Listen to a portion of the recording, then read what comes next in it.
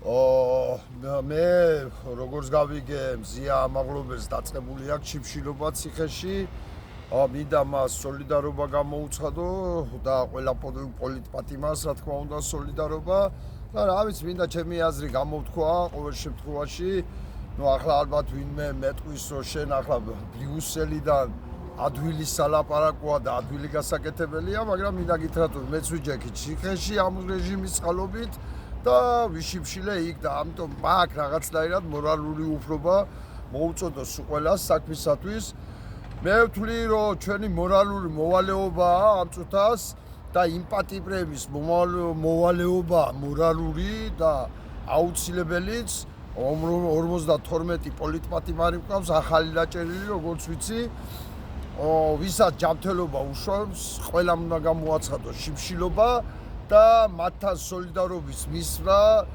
მიზნით თუკი პარლამენტთან გაიშლება კარვები და რამდენიმე ათობით ასობით ადამიანი 200-300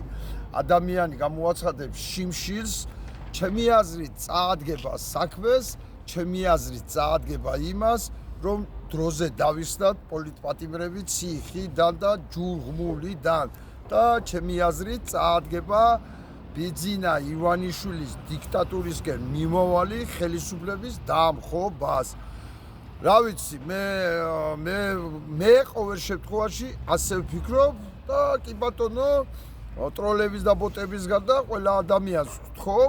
შემოვძანდეთ განვიხილოთ იმჟელეთ თუ ტყუილს ვამბობ შემეკამათეთ თუ არა და ალბათ უკვე დასაწყებია ეს მოძრაობა სოლიდარობა ყველა პოლიტპატიმარს უნდა გამოაცხადონ შიფშილობა და მჯერა ამ წუთას და მაგ ინფორმაციები ციხეში პატიმრები არიან ძალიან აგრესიულები ამ ხელისუფლების მიმართ ამ იმის შემდეგ ამ შეწყალების შემდეგ და ყველა უზნეო და ყველა თითქმის ყველაზე ვერ ვიტყვი მაგრამ უდიდესი ნაწილი უზნეოები